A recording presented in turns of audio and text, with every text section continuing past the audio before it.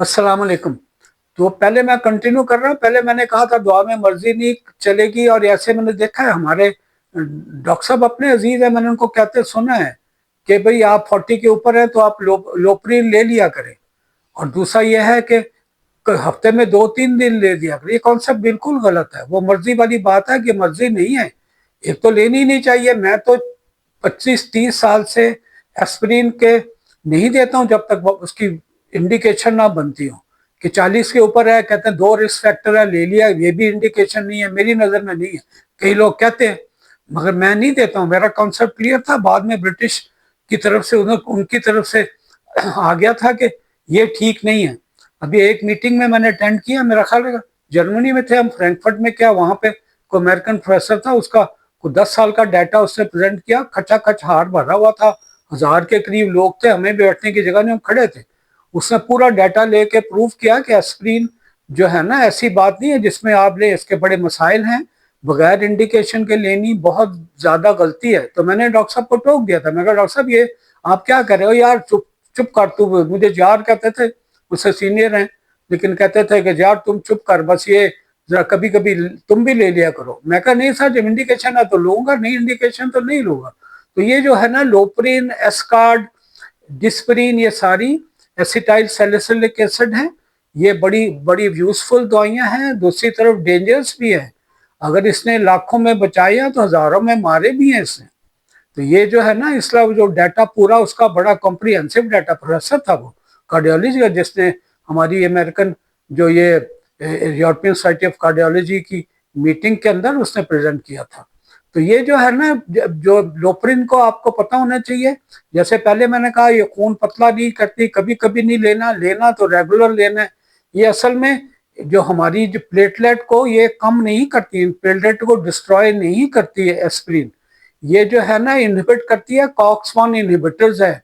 COX 1 inhibitor जो है ना, इसको जो कॉक्स होते हैं ना, ये प्लेटलेट्स के अंदर मौजूद होते हैं, जो इसको कोई क्लॉटिंग के लिए करते हैं। जब उनको इनहिबिट कर दे तो ये जितनी प्लेटलेट उस वक्त जिस्म में मौजूद होती हैं, उनको वो इरिवर्सिबली इनहिबिट कर देती है, उनकी क्लॉटिंग की कैपेबिलिटी को। यानी इसका क्या मतलब है कि अगर आपने एस्पिरिन ले लिया है, उसकी डोज भी बता दूं कि मैक्स जो 40 से लेके 150 तक है, लेकिन अराउंड 75-100 मिलीग्राम काफी है उस वक्त की प्लेटलेट को वो बिल्कुल इनएक्टिवेट करने के लिए। नंबर उनका काम नहीं होता, 2.5 लाख है तो हो सकता है 2.5 लाख ही रहे, लेकिन वो क्लॉट नहीं करती, क्योंकि वो उसका एक्शन है कि वो थ्रोम्बोक्सिन A2 को जो है ना, वो उसको पे एक्ट करती है, और प्लेटलेट फिर इकट्ठे नहीं होते। ये कहीं हमारा कट लग जाए, कहीं छोटा सा तो क्या होता है, सबसे पहले उधर प्लेटलेट आते, प्लेटलेट आके वो एक दूसरे पर छलनी की तरह एक दूसरे पर चिपकना शुरू कर देते हैं, और चिपकने की वजह से हमारी ब्लीडिंग जो बंद हो जाती है। अगर उसको एस्पिरिन लिए हो तो ये वाली कैपेबिलिटी उनकी नहीं रहती, तो ब्लीडिंग ज्यादा होती है। तो ये थ्रोम्बोक्सिन A2 की वजह से करता है, उससे आपकी प्लेटलेट जो है ना एग्रीगेशन जो है ना वो कम कर देता है। एस्पिरिन, लोप्रिन कह ले, एस्कार्ड कह ले, नूसील भी आई थी एक जमाने में, अब डिस्प्रिन है, डिस्प्रिन CV है। ये सारी की सारी कार्डियोवास्कुलर ही है, अकेला डिस्प्रिन CV नहीं है। तो ये प्लेटलेट को एग्रीगेट नहीं होने देती, जमने नहीं देती, तो क्लॉट नहीं बनता, बड़ा अच्छा है। तो इसकी जो जिंदगी प्लेटलेट की होती है ना, जिसमें में 7 से 10 दिन ये बन रही हैं और दूसरी आ रही हैं। तो आपने इसलिए इसको रेगुलर लेना पड़ता है, क्योंकि आज की प्लेटलेट जो अगर आपकी सब सपोज 2,25,000 हैं, वो सारी इनहिबिट होगी, लेकिन अगले 12-14 घंटों में और भी हजारों में आ जाती हैं, फिर आती रहती हैं। तो इसको फिर रेगुलर लेते हैं तो 1 से 1.5 डोज होती है, अनटिल कोई कॉम्प्लिकेशन ना हो। इसकी एलर्जीज बड़ी कॉमन है, किसी को एलर्जी होती है तो आप इसको बंद करके दूसरे अल्टरनेटिव है, क्लोपिडोग्रिल है, प्रेजोग्रिल भी आई थी, उसकी थोड़ी सी इफेक्टिव ज्यादा है लेकिन ब्लीडिंग ज्यादा है। और भी है टिकाग्लोर वगैरह, सारी कई तरह की चीजें ऐसी हैं जो एंटी प्लेटलेट के तौर पे ली जा सकती हैं। प्रॉब्लम यह है कि ये प्लेटलेट होते हैं, ये भी जैसे RBC होते हैं, उनमें न्यूक्लियस नहीं होता।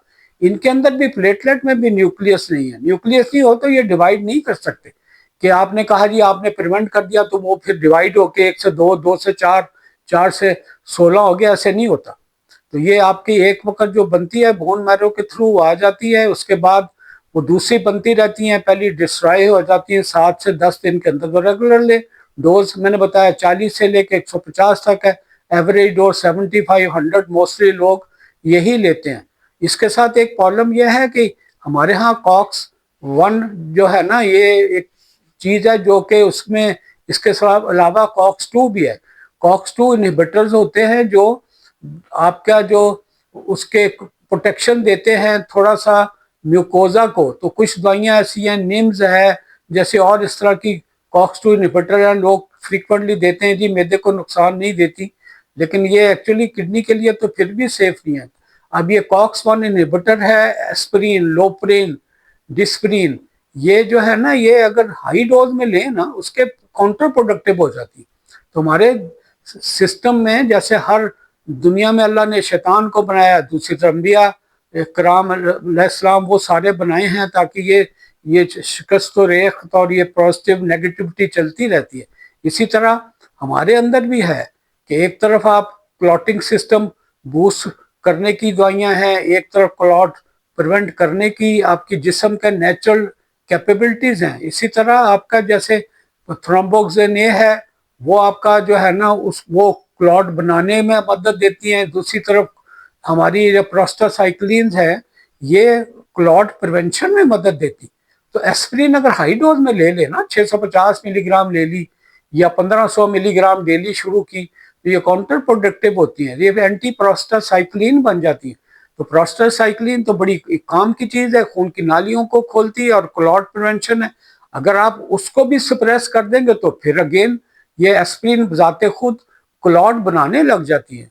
इसलिए हम लोग ये निम्स वगैरह और इस तरह की चीजें जो लोग आम फ्रीक्वेंटली देते हैं कि जी आप खा लें उसका, उनको जिनको स्टेंट पड़ा हुआ है, जिनको थ्रोम्बोसिस का चांस है, जिनमें क्लॉट का चांस है, तो ये बड़ी खतरनाक चीजें बन जाती है। उससे बजाय क्लॉट प्रिवेंशन के क्लॉट बनने शुरू कर देते हैं। तो ये बड़ा ख्याल रखना चाहिए कि ये हाई डोज में नहीं लेनी, लो डोज में गुड इनफ ये चलती है। दूसरा यह है कि ये आपके जो ये एरिथ्रोसाइटोसिस है, जैसे आपके बहुत सारे रेड सेल, मैंने कहा था ना कि पोलीसाइथीमिया हो जाता है, सेल काउंट रेड सेल साउंड बढ़ जाता है। तो ये रेड सेल काउंट में एस्पिरिन लोग लेते हैं कि ये गाढ़ा खून है, कि वो पतला तो मैंने बताया था करता नहीं है, हीमोग्लोबिन ज्यादा है, तो वो लेना शुरू करते हैं। वो उसको एंटीप्लेटलेट तो है लेकिन उसकी क्वांटिटी को, हीमोग्लोबिन को ये कम नहीं करती है। उसके लिए हमने रेंज डॉक्टरों ने रख दी, हम लोग भी नॉर्मली फॉलो अप करते हैं, हमारे पास कभी कभी आ जाते हैं हीमोग्लोबिन 19 होगी, 20 होगी, तो हम उसके अंदर एस्पिरिन देते हैं, क्योंकि उसके अंदर जो उनकी प्लेटलेट बहुत क्लोज हो जाते हैं, तो उसकी प्रिवेंशन के लिए। लेकिन मेन इलाज है कि पहले उसको देखें उसकी वजह क्या है। उसके लिए अगर हमने नॉर्मली आर्बिट्रेरली क्या, तकरीबन ये सभी फॉलो करते हैं, अगर हीमोग्लोबिन मर्दों में 18.5 हो गई, तो इसका मतलब है कि उनको वेनी सेक्शन करना चाहिए, उनको ब्लड डोनेट करना चाहिए। अगर वो उनका ब्लड ठीक है तो इवन 300 वो कर सकते हैं। फीमेल में 16.5 ग्राम है, अगर हीमोग्लोबिन 16.5 ग्राम है तो उनको वेनी सेक्शन करके थोड़ा सा ब्लड फ्रीक्वेंटली डोनेट करना चाहिए, और उसके साथ एंटीप्लेटलेट भी लेनी है। तो ये डुअल एक्शन है, प्लेटलेट अकेले रेड सेल मास को या हेमेटोक्रिट को कम नहीं कर सकती एस्पिरिन वगैरह।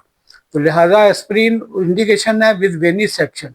लोगों ने फेरेटिन लेवल पे भी करते हैं, अगर फेरेटिन लेवल उनका 300 है, जो मेल्स के अंदर नैनोग्राम में, और फीमेल में इवन उससे कम क्वांटिटी में 200 है नैनोग्राम है, तो उसके अंदर भी एस्पिरिन इंडिकेटेड है इन कंजंक्ट विद, यानी उसके साथ आपको ब्लड का डोनेट भी करना है। अपने वेनी सेक्शन का मतलब वेन में से ब्लड ड्रॉ करके उसको, किसी को अगर आपका साफ खून है, कोई कॉन्ट्रा इंडिकेशन नहीं है, तो किसी को डोनेट करें, सबसे अच्छा है। वो आपके फिर क्लॉटिंग व्लॉटिंग को जरा बेहतर तौर पे हल करते हैं। टारगेट हम करते हैं सीरम फेरेटिन को तकरीबन 50 लेस देन 50 नैनोग्राम में पर ml के हिसाब से, तो वो अच्छा है। तो ऑल्टरनेटिव तौर पे ये होता है कि ना कर सके किसी वजह से, तो वो जैसे एरिथ्रोसाइटोफोरेसिस होता है, जिसके अंदर वो ब्लड को एक फिल्टर में से गुजार के उसमें से आरबीसीज, आप समझ लें जैसे आप छलनी में चाय लेते हैं, छलनी में आप जो पत्ती ऊपर उसी छलनी में रह जाती है, इलेक्ट्रोफोरेसिस के थ्रू वो आरबीसी काउंट आपका कम हो जाया करता है। तो ये ख्याल रखिए, बड़ी इम्पॉर्टेंट चीज़ें हैं। और इस एस्पिरिन की इंडिकेशन यूजुअली हम लोग करते हैं कि ये जो आर्टीरियल साइड के हैं, जो फास्ट ब्लो करता है ब्लड, जैसे स्टेंट पड़ गया या से इस्केमिक स्ट्रोक हो गया, जो इनके अंदर आपकी आर्टीरियल साइड के लिए जो एंटीकोगुलेंट्स है, हेपरिन हो गई, वारफरिन, ये हम आमतौर पे वहाँ पे देते हैं जहाँ पे वीनस साइड के हैं, जैसे पल्मोनरी एम्बोलिज्म हो गया, उसके अंदर हेपरिन देते हैं। एस्पिरिन दे सकते हैं कभी कुछ केसेस में जहाँ पे ऑल्दो क्लॉट बना है, वो एट्रियल फिब्रिलेशन की नॉन वेल्वुलर एट्रियल फिब्रिलेशन है, हार्ट का रिदम ऊपर के चैम्बर फड़कने लगते हैं, ऐसे उसमें क्लॉट बनने की टेंडेंसी है, और उनको साथ दिल की तकलीफ है, स्टेंट पड़े हैं, तो हम कभी कभी दोनों देते हैं। को ये जो फैक्टर 10 इनहिबिटर्स हैं दे देते हैं, उसके साथ आप नॉर्मल एंटीप्लेटलेट भी देते हैं, एस्पिरिन, क्लोटोपिल, क्लोडोपिल भी देते हैं ना, जैसे हम इसको प्लेविक्स कहते हैं, लोपलैट कहते हैं। तो इन ये कंजक्शन में दोनों चीजें चलती हैं।